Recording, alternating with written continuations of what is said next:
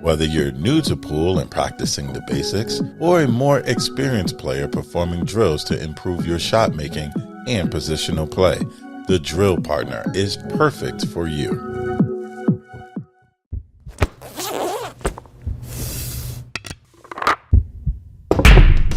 PremierBilliards.com. Exceptional cues, cases, and accessories from top-tier brands. Want it? Need it? Find it. PremierBilliards.com. Michael Panozzo, how are you, sir? Good. You got to have like lag or car lag or something, man. We've been I'm not doing so well, Mike. I'm not doing so well. I don't know how these I don't know how these pool players do it. I am tired of traveling. I'll put it like that. I'm tired of traveling, but I'm home for a few weeks, and I've never looked forward to coming home more in my life than I am right now, knowing that I'm going to be here for a few weeks. So thank the Lord. Thank the Lord, Mike. Before we jump on into the fun and festivities, I want to welcome everyone. It has been a long time, and I've been looking forward to doing this show. It's been difficult being able to coordinate on the road, and I've been more flexible in the past, but internet connections and things like that, I don't want to half-ass anything, and that's been part of the challenges. But I got some good stuff with the Ultimate Pool guys. I'm going to be posting probably later on this evening. The president of Ultimate Pool, so I got a nice little 10-minute interview with him that's probably going to be going on live this evening. But before we get started, Mike, I want to give a big shout out to all those sponsors you guys see bouncing around up there. They've been sticking with me while we've been on the road, and I cannot appreciate them more than I do right now. All of our Patreon supporters, Salado, Town, Championship, you name it, all of you guys, Moonlighting, of course, the OGs who've been with me for such a long time. I really appreciate all you guys who still continue to support the page and everything we do, even though the live frequency hasn't been as much, Mike. But I want to start with where I'm just coming from, Panozzo. Ultimate Pool, you've been around, you've seen a lot of things, you've seen promoters come and go, you've seen types of games come and go. I want to get your knee-jerk reaction to what you witnessed over the last few days from the house via Shreveport. Yeah, well, certainly had a good buzz about it, and the production quality, everything seemed top notch. So it looks like they did a really nice job. They invested in it. It's not just a wing and a prayer. The game itself is fun. It's great to watch. It's good TV. I'm just, you've spent a lot more time with these guys than me, but I'm just curious as to, how they viewed the first event. And they had the two events. They had kind of almost a World Pool Masters-y kind of event. They had three. Well, actually, four. When you think about it, the shootout, Open, Juniors, and Women. So four, actually. So I'm looking mostly at the Open and the shootout in terms of having kind of a little, invitational to start with, and then the Open. It, like I said, it was fun stuff, and it's exciting. I'm not sure where I draw the line on it in terms of my expectations going forward. And I'm curious as to what their expectations are going forward in terms of frequency, in terms of size and quality of field. I could see this being something that if you're in 8-ball leagues, because one of the things is it's not affiliated with a league system, right? And it's not trying to become a league system. It is trying to become a league system. It's not affiliated with any league per se, but they are going to be doing their own leagues throughout the whole country, Mike. They got league operators already that are already being set up and are going to be, launching here pretty soon. So this will be ongoing, like a season throughout a year in rooms, or where you're gaining points during weeks, or are these just events? That I'm not entirely sure of. See, like the To me, it separation, makes a big difference. we kind of have to like look at it from a few different things. Let's start from the beginning though. Let's start with the Yep. shootout because the shootout, 16-ish, right? 16 Yeah. decent players, right? Including a few, top Yeah. level professionals. You got the Mellings and Darrens, guys who are very much the cream of this type of environment, very well versed 8-ball specialists.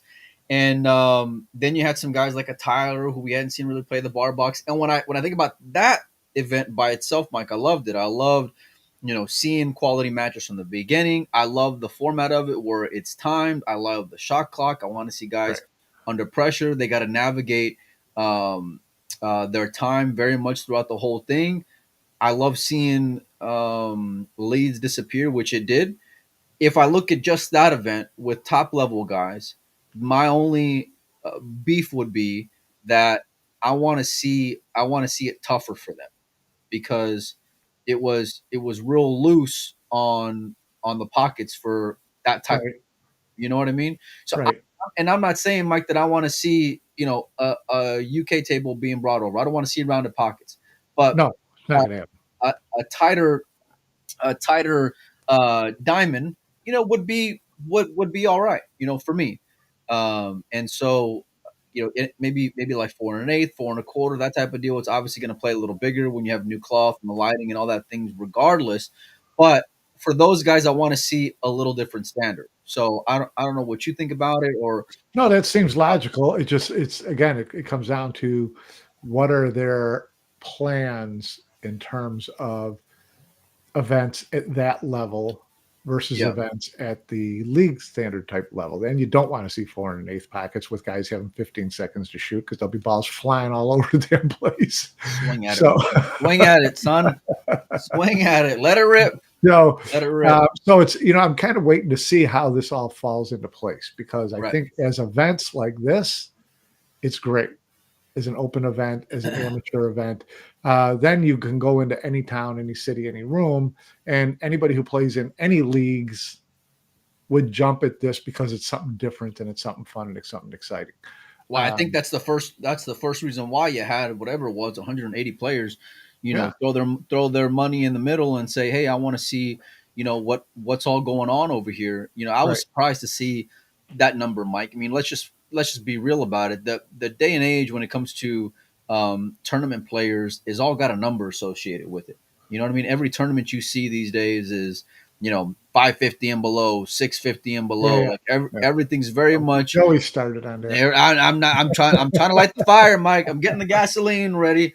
But no, their attitude towards it is, hey, listen, we want to do open events, and I'm kind of um uh I'm excited but a little nervous to see how it's going to be received and how people are going to turn out to it. Now, this first one for me was great. Obviously they wish they would have filled a 256, but I think all things considered, it's pretty successful. I mean, we were in Shreveport, Louisiana. We got 170 players. Shreveport, Louisiana. So Everybody make it uh, out alive or what?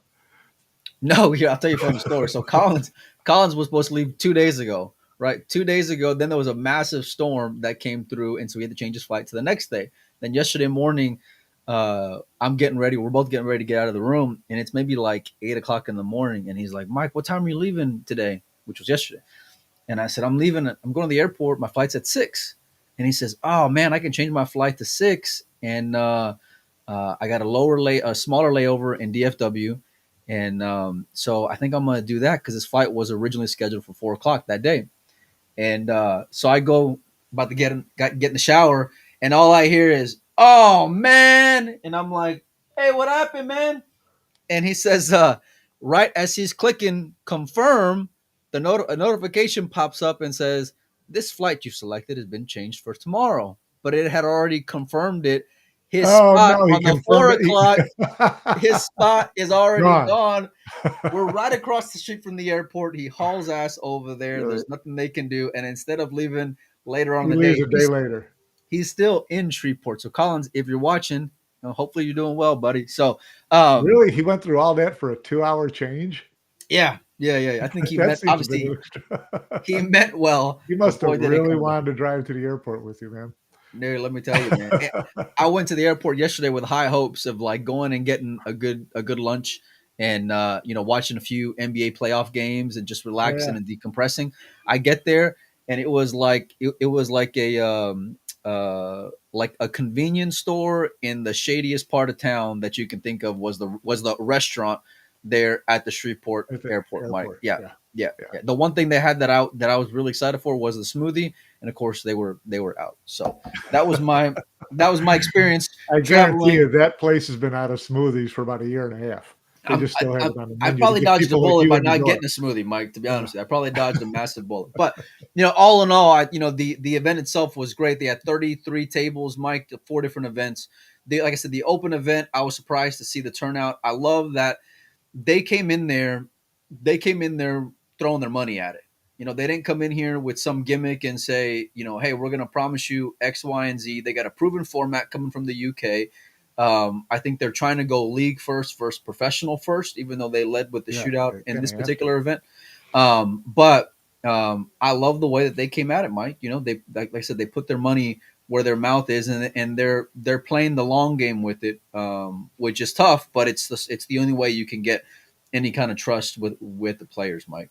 Yeah, I'm just curious. Again, I'm just curious as what they on their business plan, what their building blocks look like going forward. What is the event? What's the next event look like based on what the information they got from this event? Yeah, And how often are they going to have events? I mean, with the pros, pretty full schedule for the year. hard to find some time. Yeah, it sure is. And so that's going to be an issue. The whole league thing is it's tough to. You can have a really different product, which Yep, helps them. yep. Uh, but there's a lot of established league systems out there with people who already play 4 times a week in 3 different leagues or 5 times, whatever. So it's a little hard nut to crack too. So Absolutely. I mean, it's going to be interesting to see how they negotiate all that. it's very much a tough safe to get into. You know what I mean? Yeah. Cracking that infrastructure that's already in place here in the States. I think from their angle is going to be value to the league players, and so I think that's the position that they're going to take as far as trying to give more money back to players as they compete, weekly, and then see if it catches any kind of traction. I know when I first saw those guys in Vegas, me, Mike, I'm the one that's like, I'm the skeptic, and so, but it was fun. It was fun, and it's organized more so than other leagues. And I don't play a whole lot of leagues, but like I mentioned before, part of the reason why I don't like playing leagues is I don't like waiting around, and I don't like just sitting there twiddling my thumbs for hours on end in an evening. By their scheduling, that Right. makes it easier for a guy like me. Plus, the format it's a little gimmicky, but there's something that gets you excited about it, and it gets your heart racing. It puts pressure on it from the beginning, and it's the game we know, right? It's the game that Yeah. even you've won a game of 8 ball at least once in your life, Mike. So, Um, no, wait yeah, a minute, maybe. no. Maybe. Uh, Maybe. I think you might have scratched Like that that time I played Stevie Wonder, came down to the 8, but I think I scraped through. Yeah, yeah. But no, I'm excited to see where it goes forward. I think they have 4 events that they're going to be doing the rest of the year. Excited to see when they announce those. So I'm going to Yeah. follow up with those boys in a few days and try to get them on. What I like about them is that they're welcoming tough questions. So they don't shy away from it. They say whatever. Let's not tiptoe or dick around. Ask the tough questions, and we're here to answer them for you. So, Yeah. like I said, I got an interview posted maybe later on this evening or maybe sometime tomorrow. But junior event, women event, I love the diversity, Mike. Open event, like I said, went pretty good. Although it was chalk at the end, I think it was a ton of fun. I see little Chris's comment about thoughts on how the junior finals ended. I don't know if you got to see that at all, Mike. No, And I if you did have not. any thoughts. I did not. No, I'm curious for your explanation of what Chris was asking about. So the kid T Rex was up like 5 or 4-1. Which, by the way, coolest kid and the best mullet in the county I saw this. in the South by a mile. Right, he was That stealing in kid, the mullet that's one category. of those things where you look at that kid, you're Yeah. like, that kid was born with a suspended driver's license. I'm That's the funniest line. But ended in some heartbreak, Mike. I think a little bit of issue when it comes to understanding the rules. I think it was at 5-5 or something to that effect, which would have been a hill because it was a race to 6. Time was running out because it would have gone to a shootout. And he was in a tough spot. And I think he took an intentional foul hitting a different ball, didn't make an attempt to hit his ball. The intentional foul caused it to be a forfeit of the wrap. So, which that was cost him the game. Yeah. Well, it cost him the game, which then in turn cost him the match because it was at Hill. So a bit of heartbreak. I before we get into what you think about that, I want to give a big shout out to that young man because obviously there was a lot of emotion with it, but he handled it really professionally, even though he was a youngster, and just held his head high. And I'm super proud of both those guys, and they played their asses off, and I was happy to see it, Mike. But yeah, cool. Yeah, but I think it's still just some adjusting when it comes to, learning some of these rules in a nutshell, Mike. Well, yeah, of course. I mean, anytime you drop something new on someone, and 8-ball's a game that's got 97,000 rules for every league that's in depending existence. on what part of the country you're in, too. You won't get that and when you have all of a sudden for the first time, if you're in any kind of league system, you've got a timer or whatever on your match, that adds a whole element that you've never had before. So you're just not sure what all the nuances are of the rules going along with that timing element. Plus TV table, all kinds of stuff. It was tough. It was a tough ask, but which is another reason I'm really curious about how a league system works with that. When you go into a pool room and or a bar, you've got X number of tables and a bunch of league players, and who's policing all this timing and rules and all that stuff. That's a big ask. Yeah, I think there's apps in place to kind of help facilitate that. You know what I mean? And obviously they're going to have their speed bumps along the way, and tons of questions that everybody does. Yeah, that they're gonna be willing and able to answer. So looking forward to getting them on. But all in all, listen, that's a big undertaking, putting on that event in a short amount of time. Especially it being in that part of the country where there was another big event scheduled that got pushed back. So the support was great. Seeing the kids compete, seeing the ladies compete, seeing a solid open event, solid, thorough, professional event when it comes to the shootout. I think it's got good pieces in place to have a lot of success, and I'm excited to see what the future holds for those guys, Mike. That's for sure. Yeah. So I did, I did comment when they first had the shootout. I don't know who made the odds, but anybody who looks at a 8-ball bar table, shootout like that and sees Darren Appleton in the field and makes him 9-1 is just asking to lose money. Well, so the odds that I posted were from a friend of mine over in the UK, and he was working with an established licensed book out of the UK. And so he asked me my opinion on it, and I think the consensus was that, we haven't seen a lot of Darren. Now, listen, I know Darren's 8-ball prowess, but there is still a lot of question marks because there is, but 9-1 seems steep. Oh yeah. Well, juicy depending on where you're at. I mean, you like that, or it's worth rolling the dice because Absolutely. Darren is an 8-ball monster. You're thinking the final should be Darren and Chris. For sure, yeah. When you look at the field that they had there. And Darren, to win that event, listen, Darren had a terrible break, like that entire event. And so to go on and win the event despite that just shows the type of 8-ball player that he really is. And so shows his upbringing. Darren had a good run at the Expo, Mike, and I kind of want to follow up on that a little bit. It's a good transition as ever, because that's where Darren did show that he was playing very well. And it's good to see him back. And I know, listen, you love stories just like I do, Mike, but it seems like he's got a lot of gas still left in that tank when it comes to a competition standpoint. I wasn't expecting it, but I was very much surprised and glad to see that. Yeah, I mean, it's always that he's not going to forget how to cue a ball or what shots to make. You just always wonder about how someone who hasn't been in the thick of it for a while handles the pressure of a big match. And if you haven't been in the pressure of a big match, getting back into that pressure after having heart surgery is probably a little bit, makes you a little bit nervous. But he's Darren. He's hard as a brick wall. So, it's not surprising, and you love to see him come back and play well like that. He played really well in Philadelphia, while having a booth, while doing exhibition, which playing is hard to challenge do. matches, It's all hard to that do, kind of Mike. stuff. Yeah. So, yeah, just, hats off to him. He played great. And I think I think a lot of players owe him gratitude at least, because I think was he the one who pushed for the prize money to be spread beyond the top 8? Wasn't it originally set for the top 8 and he got him to do the top 15, 16? At the expo? Yeah. No, I don't think so. I think it was already slated to be 16, Okay. but 16 out of Out of 128 players is tough. 120, yeah. That's still rough, to only pay that little bit amount. There was a lot of gripe about it. There should have been, but that said, when you looked at the payouts for the top 16, it was pretty good. Yeah, but I guess if you're in the top 16, it was a worthwhile event. Okay, even if you were 16th, right, you got 2,600.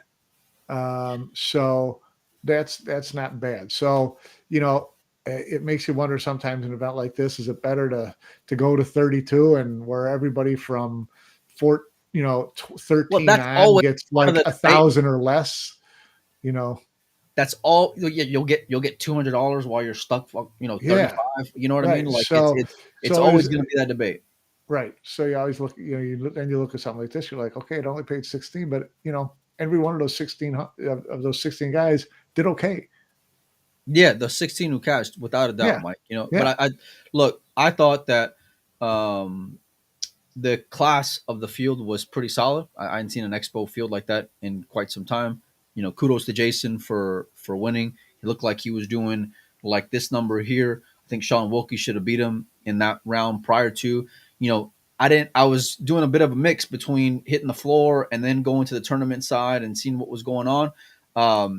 Guys like Jason, guys like Darren, even Oscar a little bit. I'm trying to think of who else. There was Fran, guys who were like working booths all day and then going and playing in the meantime, and then having matches start like at 11 p.m. The first night. My hat's off to them, Mike, because damn, that's tough to do. Like, you got to be on all day long. You're shaking hands, you're kissing babies. One guy who can do that, one guy who's proven he can do that is Jason. Yeah, he did that. He's proven that with his room. He's proven that with running a team at a Moscone Cup. He's proven that he's proven that he can wear a bunch of different hats, and it may make him sharper when he gets in there and has to put on his playing hat. Who knows? But he has he seems to have no issues with burning the candle at a couple different ends. I'm sure his physical health is playing a big role into him staying sharp and being able to fade the fatigue that and the walls that you can hit throughout doing those things, Mike, because it's not easy to do, and I'd bet a lot of money that it's a massive part of it. And so, all in all, when it comes to the tournament, like I said, I think the prize fund is always going to be a bit of a debate. If I look at it not from the player standpoint, I agree with you. For the 16 who got in, if you made the cut, you did pretty good. You got some solid points, and you can put yourself on the scoreboard for sure. Some Americans made some runs, like a Sean Wilkie, BJ Ussery, guys like that. Brandon. The reality of it is the Pro Players Championship Super Billiards. This was probably the best field it's had in a decade. But you still got losers playing losers and winners playing winners, Mike. Yeah, but that's not the biggest issue. The issue to me is after 16, at that event, it gets kind of sparse in terms of top talent. I mean, the top talent who was there pretty much all made the 16, right? Okay. Who got left out? Yeah. So you got Fran. I'd have to look. You got Fran. You got David. You got Jonas. You got Mora. Darren, Brandon Schaff, Wilkie, Ussery, P.S. But you wouldn't have picked. I'll stop you right there. You wouldn't have picked those two guys to make it through the top 16. It depends on who was from 17 to 128. It depends. Fair. I mean, if it's a normal open field, no, but it's not. It's a relatively bottom half weak field. So at that point, I'm even more okay with the way they broke down the prize money. Okay, I can see how you can get there based off of that rationale, for sure. I'm not going to argue with you there. I don't, but like I mentioned a little bit ago, I don't like losers playing losers and winners playing winners. That's for me the biggest card. And listen, when it comes to payouts and this format and stuff like that, a lot of what was said to the players was it's been on the website. It's been on the website. I didn't know about a website personally. I didn't. I'm sure if you signed up, you knew about the website, but I didn't know about it. I know that the World expo. 10 ball, you knew you had to have a flag on. Where's my damn yellow card at? I know about it around here somewhere for your ass, Mike. No, well, here's the but here, you know, as far as the losers playing losers thing, there was you can't have it. You can't have it anymore. It's 2020. You cannot have it anymore. But the losers, the losers from the losers bracket got 1,000 less than the losers from the winners bracket. So there was a payout difference, right? So that to me kind of that kind of even things. But you're also facing tougher opponents if you're staying winners. It's only if all the best players are on the winner's side. You could have had a Jason while Jason was on the loser side. You know, I was not in the thick of the tournament like in years past, where like that's where my attention was 24/7. You know, to really know. But I can tell you this: in years past, there's been guys who look at the bracket and say, and you know what? It's a lot. it's a lot softer over there. I know I can weed through. Apparently, Jason said, you know, that you know no one would accuse him of dumping it, but that he was freewheeling a little bit more in his match on the winner's side because worst case scenario, he was going to be on a softer loser side. He knew that. That was in his head. Now, did he miss shots on purpose? I would never say that. But did he play with the same focus and intensity that he would have if he was out of the tournament by losing to BJ? No. I think that BJ match, I think it's a credit to, you know, BJ was playing no doubt. Give BJ all the credit in the world for beating him. But yeah, sure. I mean, that's his backyard. You know, he's won that tournament a couple of times at least. So I mean, he knows. He's already shown he's the smartest man in pool, Jason Shaw. You care to elaborate a little bit more, Mike? You care? Let's go back to the Moscone Cup captain situation. On that note, Emily should be on tomorrow. If you guys are watching, Emily should be on tomorrow. Oh, not tomorrow, Wednesday, Mike, 11 a.m. Central Time, live from the World Pool Masters. So that's going to be a good one. We're going to have a lot of. So meanwhile, Jason Shaw, who is an excellent captain in the making, ran the team last year for the most part, anyways, convinces them to have player captains. Jason Shaw now immediately, automatically has a spot on the team, and Jason Shaw is a heavy, heavy favorite to walk out of there with $80,000. Tell me he's not the smartest guy in pool.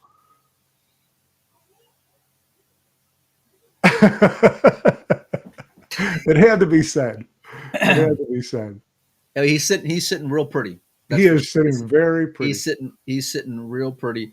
And listen, but knowing Jason, he's probably going to give a little jelly to the teammates, or you know. You can't use the excuse that that Jason's going off of personality or anything like that. I mean, the guy just snapped off a pretty decent event, you know. And so so before Hanoi, we would have said that Jason's game isn't where he's in a class of player that maybe he hasn't proven that he belongs there up until that point, and at least for a while, you know. But for him to also then switch Q companies and to win that event, and Jason's playing pretty good, Mike. You know, whatever. He's going to be on Moscone Cup, whether he's captain, not captain, automatic pick, not automatic. But he's probably locked up now for at least a good 5 years, I'd guess, at a minimum. So, but we got off track there a little bit. I apologize for that. It's all right. No, I'm good. I'm good with tangents. He played great at the Super Billiard Expo, and again, wearing two hats, and you know he's a tough out. You can't have guys like. Here's the deal. World 9-Ball Tour, it's great, right? I love a lot of things about it. But triangle rack, a lot of guys didn't know. Now, if you say you put it on a website, guess what? People use social media these days. They don't use websites a whole lot, you know? Yeah. So a lot of players didn't know you're using a triangle. Would right? They have not gone? And I think so. I really do, because it was that kind of I mean, listen, pool players are brutal. They can complain about anything, like, And they Donnie's usually in it, do. and they do. And they do. I saw past winners of the event go and complain after they get knocked out, and it's like, really, you just won this event, not too long ago. So, but I can't make that kind of stuff up, Mike. But Yeah. I think from their standpoint, and again, like we've seen in years past, well, throughout, players are afraid to more so speak up publicly than anything else. But they want consistency. So when it comes to Right. things like the Yeah. rack, right? They're saying I've been practicing, the That's breakaway that's template, fair. That's fair, especially and if you're fighting for WNT points, right? yes, You and should get, that loser versus loser is just beyond ridiculous to me, because you just set yourself up for some kind of opportunity for guys to lay down to go play a softer field. And I know the pay structure is a bit different, but it's not tough to do, Mike. Just redraw, give the guys who stay on winners a reward by playing a lesser opponent, right? And that's the jelly that they get. That's yeah. that's their congratulations, right? And so Right. I No, don't you're mind right. that part. Look, you had a guy like I said, mentioned before, Sean Wilkie played great against Jason. Should have beat Jason for my money. I got to see a lot of that match, and there was BJ beating Jason, right? You saw where there was upsets. I see a comment about Peaches. That kid's playing phenomenal. Yeah, I seen him at the Derby, comes in solid, second. Now he solid. shows up at Expo, comes in second. That kid's break, he could be a rookie on this year's Moscone Cup if he has that kind of break throughout the season, Mike. He We're only getting needs it way, one time. He only needs yeah, it one well, time. He needs it at the World in Pool June. In Championship. June, he needs it in June, Mike. That's when he needs it. That's where But half listen, the team is done in June. it's been 4 months, Mike. It's been 4 months, and it's still carrying through. When I talked to Moritz early in that event, I said I like you to win the event, and I'm not kidding around. When I saw the draw with Moritz playing Pius, I said that's the kid who can beat him, because that kid's break is lethal. And so I'm curious. I'm excited to see how the World Championship is going to shape up for a guy like him, because he could stamp his place pretty comfortably, and I Yeah, expect him to go good. very very Good. deep, Mike, in that event with that break. And so, but But outside, you're right. As far as the wood rack, things like that, this is something that Matchroom has to get its arms around sooner rather than later. I know that it's listen, we've got all these big open events. We're trying to go into new territories. There's a lot of big event decisions that they're making and working on. they should be and they all non-negotiables, like the 9 foot, Mike. Have them be non-negotiables. right, but you have to be careful when you just all of a sudden slap that down in front of every promoter and say you're doing it.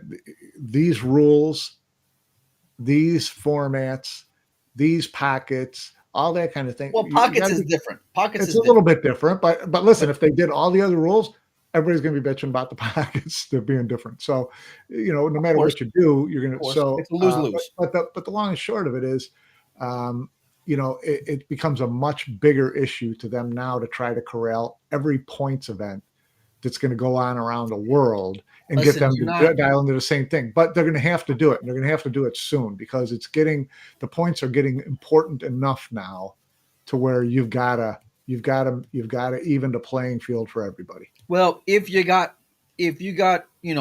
options out the wazoo, right? Everyone and their mama knocking on the door saying, I want to be a WNT event, just set some parameters. And if some promoters are going to bitch about it, see ya. Good luck to you. We got another one in your place. You're going to have some promoters who are going to say, well, the point thing's not that important to me. I could see Alan saying that. I could see Mike Zuglin saying that. I could see Chad saying that at Derby. I could see all of those things, a lot of those promoters saying, thanks, but no, that we've been doing this long enough. We're not going to change up all our things for a points event. So yeah, I mean, you got to be careful with when and how you do this, but it's got to be done.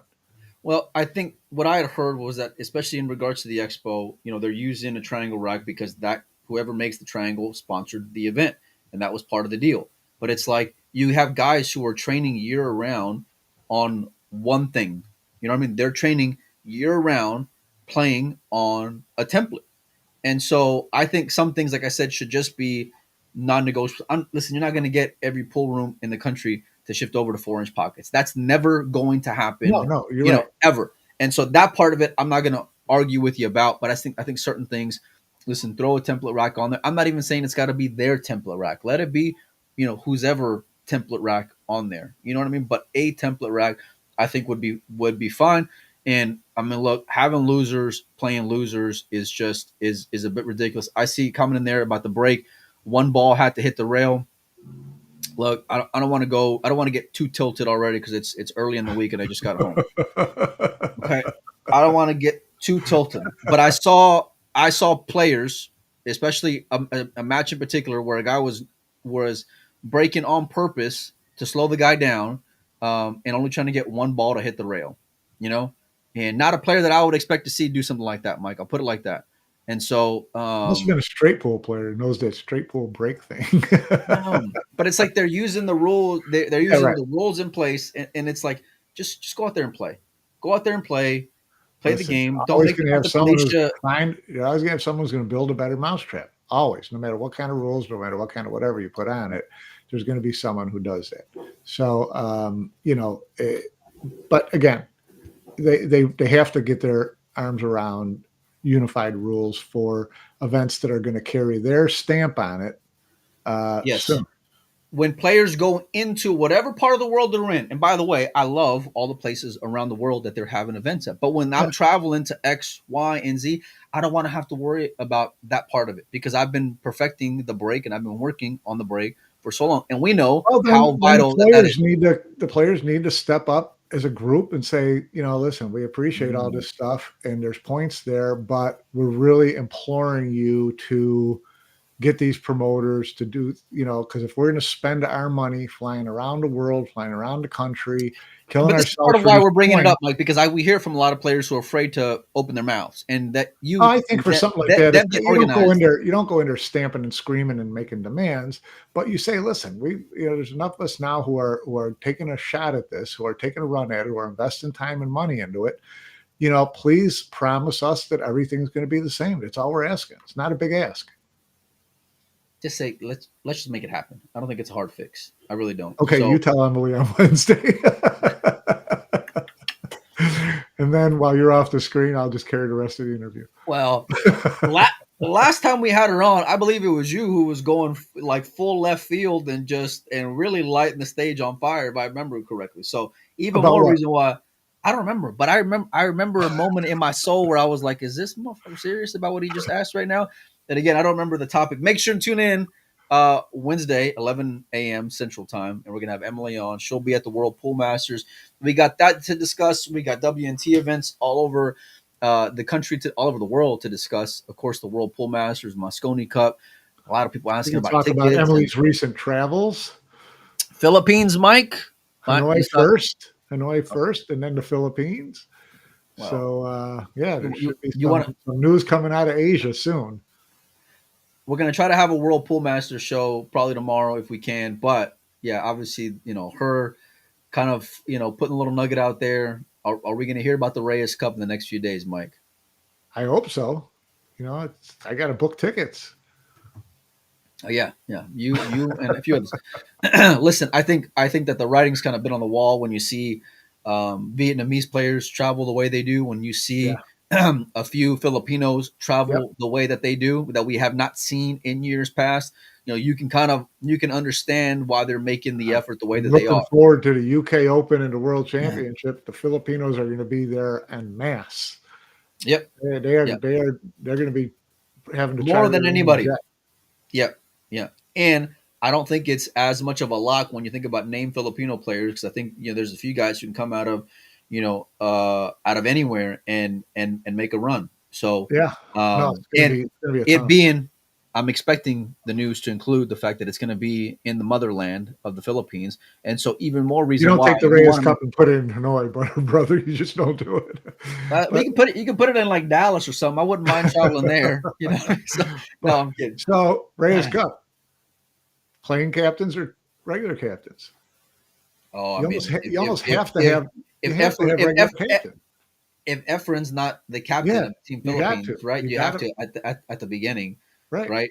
I So think you're it's gonna have him as a playing captain? no. Right. So you got to. To me, I agree. You got to have regular captains, and Efren's got to be your guy. For sure. So For maybe sure. Ralph Record gets resurrected for one event, and Throw him a bone, man. He got the worst draw and pull. I mean, good night. I mean, how bad do you got to run to snap all to win like 11-3 and then say there's the door, big guy. Golly, man, how tough is that action, Mike? I'm serious, man. No, yeah, I expect to hear from it. I'm gonna ask Emily. I know these are things that we're chomping to find out more information. Obviously, we see a lot of things going on around the world, around Asia, and so we expect that news to be out any day now. So I got one thing to say about it, and it's about time, and I cannot wait. And even though I'm looking forward to December, Mike, that Reyes Cup is going to be something pretty special. I think it's going to be a new level of competition. It's going to really put the Europeans on their heels, and you may have a new alpha in the room now. so I don't know if let's assume, and we're just assuming that the Reyes Cup is before the Moscone Cup. Well, If according, you're- time out, because I think you know where I'm going here. Because yeah, don't go there. no, I'm going there because according to what Michael Panozzo said on this show when was the last time we did a show? Like 2 weeks ago, a week ago. You may or may not have put some information out there, Mike. So I thought it was going to be in October. I thought I'd heard it was going to be in October. I thought it would Okay. be in October. So if it is, Right? and you're Team USA, Yep. I don't like it. But why not? I don't like it because they get a warm-up tournament against stiff competition. I don't like it because if The they Europeans, win, that is. if they win, they come into the Moscone Cup like just jacked, and if they lose, they come into the Moscone Cup pissed. So if I'm Team USA and a month later I got to play these guys who psychology here. I like it. it just makes it an interesting dynamic. But the other side of it is that it could be two completely different Team Europes. Wow, that would be a twist. That I did not expect. Not completely different, but you've got if you can throw in the B team. Yeah, you throw in the B team, Adam. We have to ask Emily if they are planning on the 2023 winners of the Moscone Cup, which is what we thought it would be. The exact, but nobody said that, including Emily. So no, I said before that it was going to be the winners of the Moscone Cup, the winners. So that would lead me to think Team Europe. Right, but that Team Europe, I'm assuming. That's what we're assuming. Right. So, but it's going to be Team Europe. We're assuming it's going to be the exact team. So if it's the exact team at the Reyes Cup, there could be a couple players different a month later at the Moscone Cup. The Europeans may get whooped like the Americans did last year, and the Europeans are still going to show up in December thinking that they're stealing because they especially after what happened last year. Yeah, of course. So listen, if you want to get more respect, go get more respect, Mike. But no one's going to feel sorry for you. Go out there and compete. You can compete with the best guys. I think we're going to have a strong core, but listen, there's no favors around here. You got to go out there and you're going to have to earn it. And it's only getting tougher. It's only getting tougher. When you bring in the Asian players, it's a whole new level of competition. So if your goal is to beat the Europeans, that's great. But be careful what you wish for, because if you do, then and listen, as someone who lives here in the States, I hope they do, because I want to see the Americans go face the Asians. But it's going to be tough. Yeah, that's yeah. So it's gonna be real tough. Before we transition on a little bit, Mike, I just want to touch base about the expo, about the event a little bit. Out there was great. The vendors were phenomenal. There were so many cool things that were going on. A lot of great booths out there. A lot of new booths out there, from custom cue makers to that's custom cue makers heaven. That Super Billiard Expo has been for years. Yeah. And it I mean, it lived up to it. There was a lot of great cues out there, and so they had their Hall of Fame banquet. The cue they did, yeah, they did, and so which is yearly. I know Pat won it last year, and which I was, or the year before. So it was just all around from that from the and I kind of like floated on the amateur side a little bit, but really stuck around the vendors. There was a ton of just talented cue makers, companies that were coming out with new products. And so I think like if you're interested in anything pool related, that certainly has to be a stopping point for you going forward. I know like post COVID, it was kind of, are the buyers going to come back? Are the fans going to show up? And boy, it looked like it did years ago. You know, it was just Yeah. it was bubbly, it was I thriving. think everybody was comfortable going there again because they didn't have it in 20 or 21.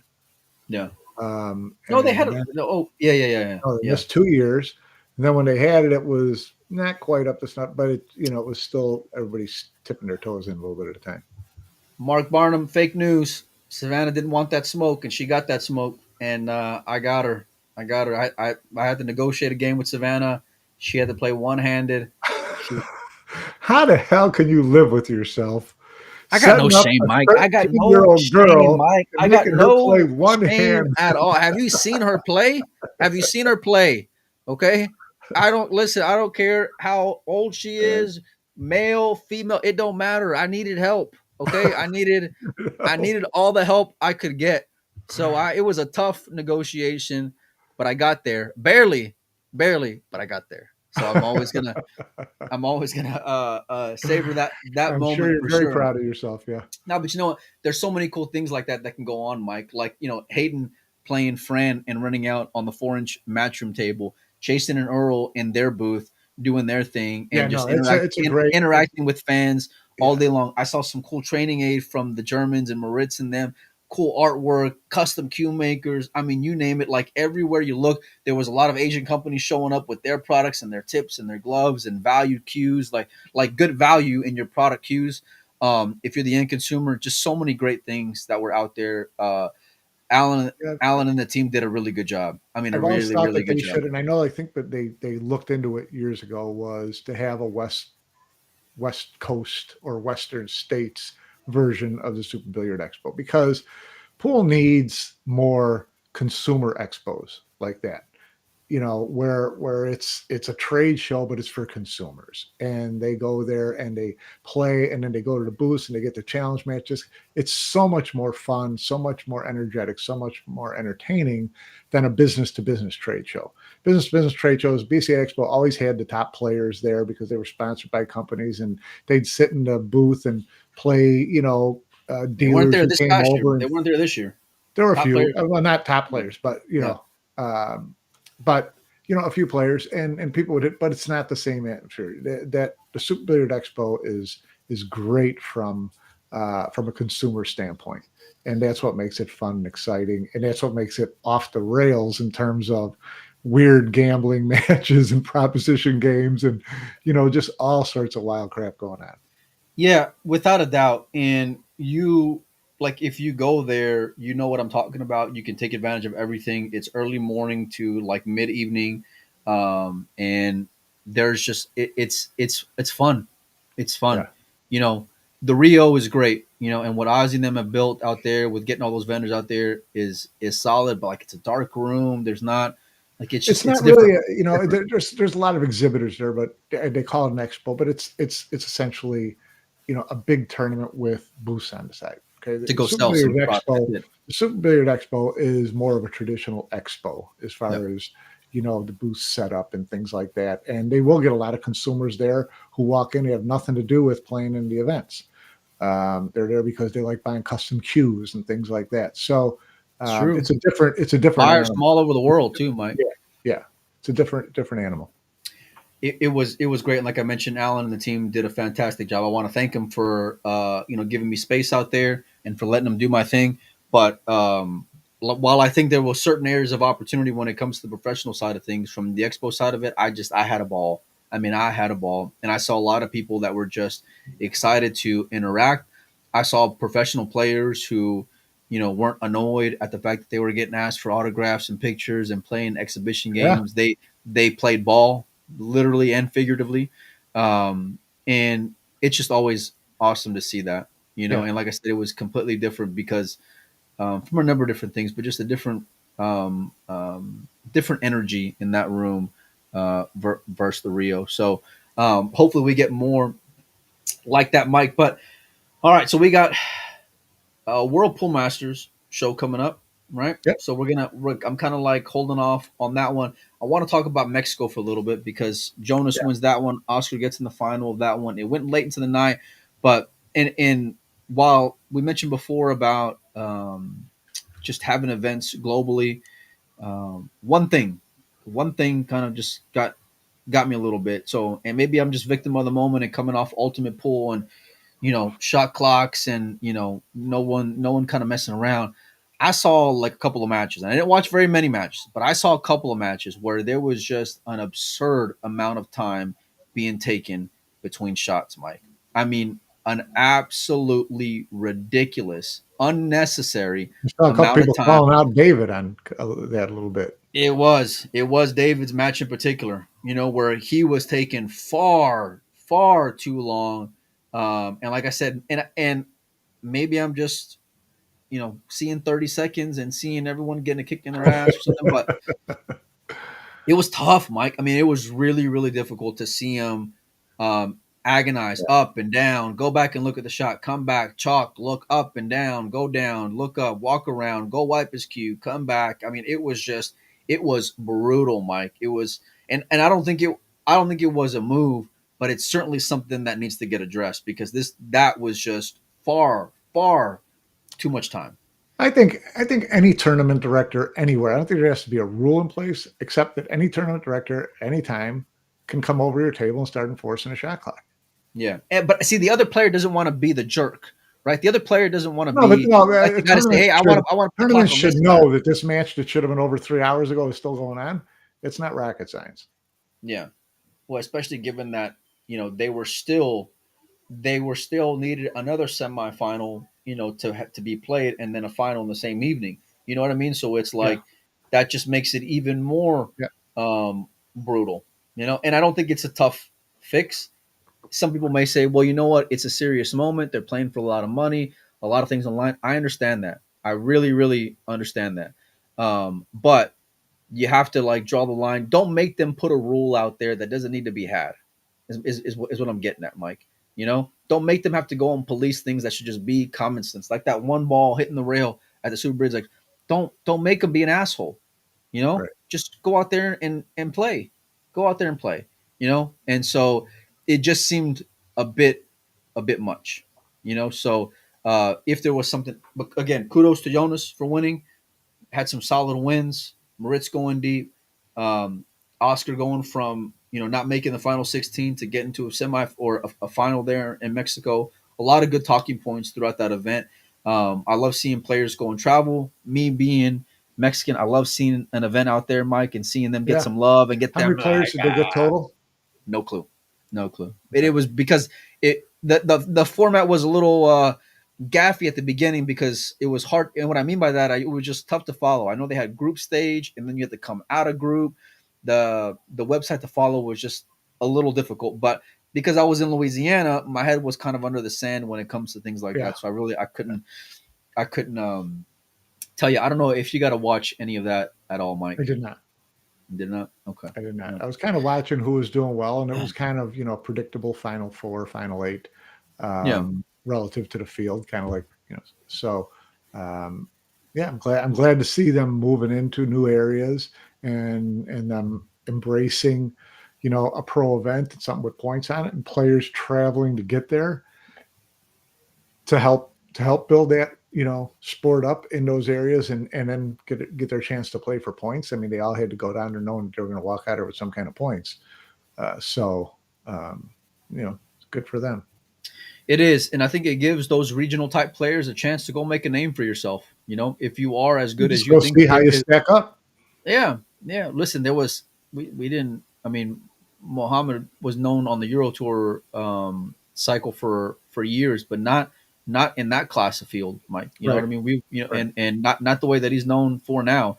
One world championship run, and he's a household name now, Mike. He built fans from that event.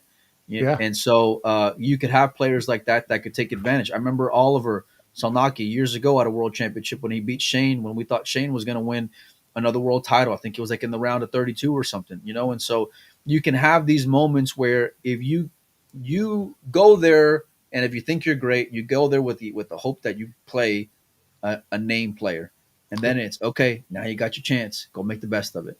You Yeah. know, I see someone mention, speaking of Rafael. name That was player, that was Rafael yeah, Martinez. that That's pretty was yeah. cool. I haven't seen I Rafael was Martinez loving in a seeing million that years. name on there, Mike. I really was. Yeah, Yeah. seeing and you see, obviously Father Time is undefeated, but to see him still out there at that stage of the tournament, I'm not gonna lie, Mike. It gave me some goosebumps, and I Yeah. was quietly rooting for him for sure. Yeah, You sure. know, so Yeah. lots of stuff coming up. Like we mentioned a few times, the Emily interview is going to happen Wednesday, 11 a.m. Central. We're going to try to do a World Pool Master show. I'm trying to get another guest on to hop on with me and Mike. I really want to just, I really want to talk about all the players in there, and I want to kind of go through them one by one, talk about why we think maybe they should be there, maybe not be there, who our favorites are, who our dark Was horses any are. betting odds yet over there? I can find out. I message a buddy of mine from the UK and see it. There should be betting odds. And actually there should be match There odds will be. as I just well. wonder if it's out yet. Yeah.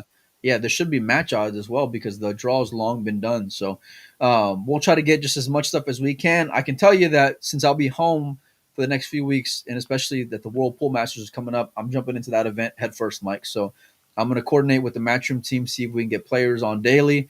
And I'm pumped to see some 9-ball. I'll be honest with you. I'm excited to see some 9-ball. So Yeah, good. this event's always been a favorite, kind of like the World Cup of Pool, you know? And so when I see all those guys out there, I want to see how they're going to do. You know, Federer versus the Austrians, you know, is going to be a talking point. And if you're the Austrians, it's a brutal role being all in the same little 4-man group. But anyway, I digress. We'll talk about that tomorrow. Steven, I see your comment in there. It was a pleasure sharing the booth with you. It was a lot of fun. I appreciate Adam and the Simons and just everyone, Jordan and just Scott, everybody who was out there really made me feel welcome, and they were just a really nice group of guys with strong business acumen and a solid game plan in place. So we'll have more on Ultimate Pool. We'll have more on the World 9-Ball Tour events that are going on as well. Mike, you got anything else before we get on out of here? No, I'm good. I was going to leak a couple secrets, but I just don't think this. What is it? No. Come on, you're good at that, Mike. Sorry, I gotta keep stuff under wraps. What is it? Give me a hint at least. Give me a hint. Come on, Mike. Nothing. I just threw that out there. Ain't nobody watching over here. It was just a tease.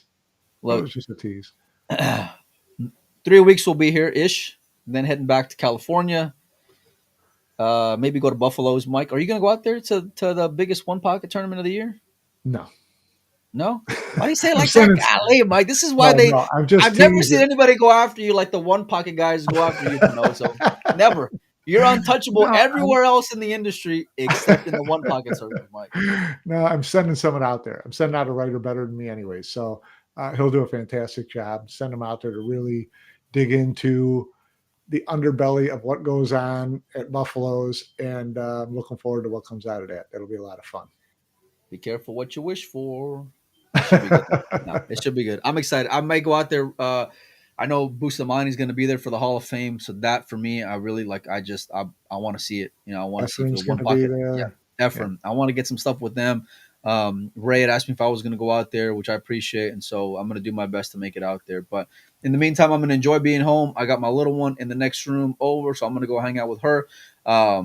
Keep your notifications on, because we're going to have a lot more stuff coming up in the next few days. Big shout out to all of our sponsors who have helped out. And on top of that, on top of all these guys who have been with me on the show and everywhere else, all of the sponsors that we had over the last few weeks, I really appreciate as well. For the Expo, it was Pat's Billiards and Darts. It was Integrity Cues, Michelle Griffin, Realtor out of the Louisville area, obviously Q-Tech, and God, I know I'm forgetting someone. Obviously, my boy Franco, and I can't think of it. But anyway, it's on the Windows Open page. Much love and appreciation to all you guys. I got some of those training aids coming in as well. So, and I got some really cool content that I'll be working through the next few days that I haven't posted online, but just stuff from the BCA trade show, Mike, from the Super Billiards Expo, and a few other places, I can finally actually get to do some work, even though I'm here at home. So Can we schedule an interview with Joey Ryan? I'm gonna reach out to Joey, see, make sure he's doing all right. Yeah, see, I Let's mean, text him and see if he wants to come on for an interview. all right, let's see if we can get him on. Like I said, keep your notifications on. Thanks a lot for hanging out with us. Much love and appreciation, all you guys, and